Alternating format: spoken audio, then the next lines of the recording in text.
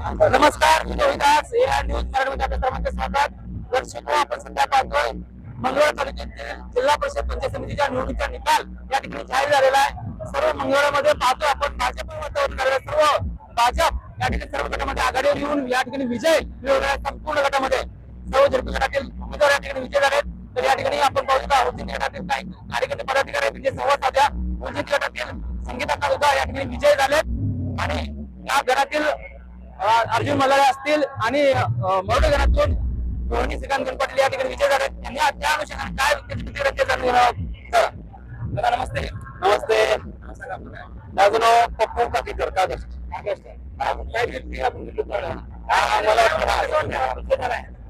या विजयाचं श्रेय मी प्रथमतः आमच्या सर्वांचे पाणीदार आमदार माननीय श्री समाधान अवताडे यांना देतो.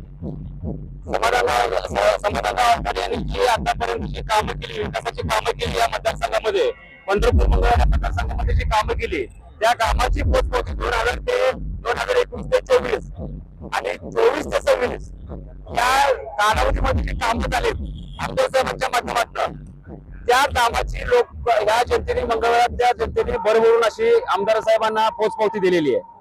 आणि आमच्या जिल्हा परिषद गटामध्ये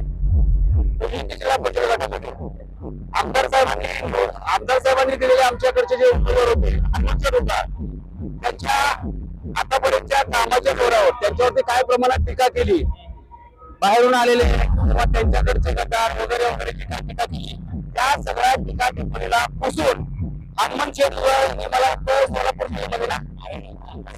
जिल्ह्यामध्ये सर्वात मोठं मताधिक्य घेऊन आलेले 7,147 मताधिक्य घेऊन निवडून आलेले आहे.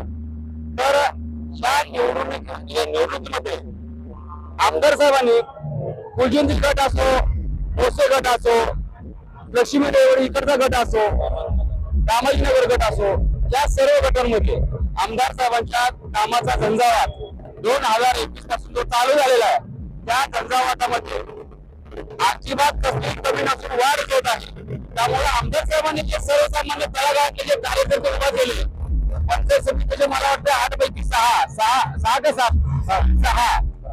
6 आणि 4 पैकी 4 या 4 निवडून देऊन जनतेने या मंगळवारातल्या जनतेने निवडून देऊन आमदार साहेबांचा वरचा विश्वास असा पूर्णपणे ठाम केलेला आहे, वाढवलेला आहे.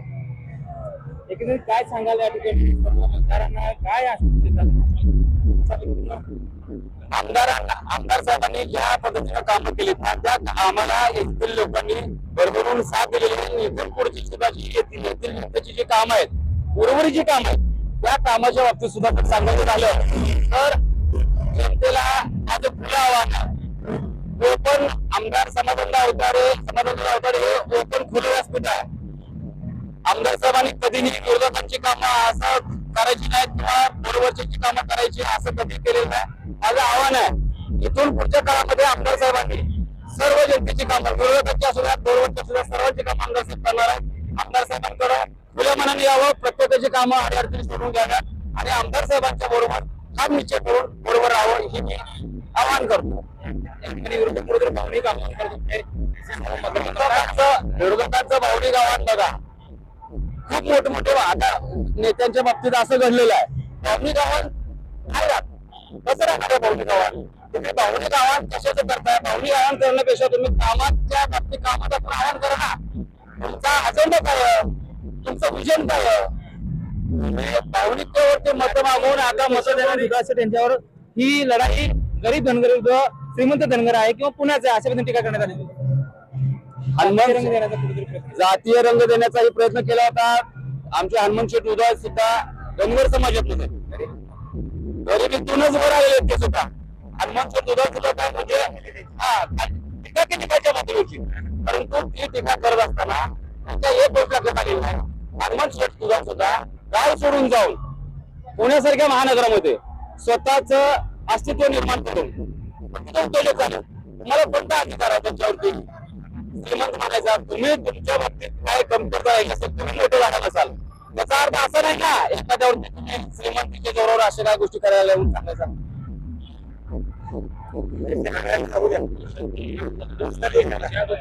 मात्र अनेक नेत्यांनी सांगितलं या ठिकाणी जनतेने निवडून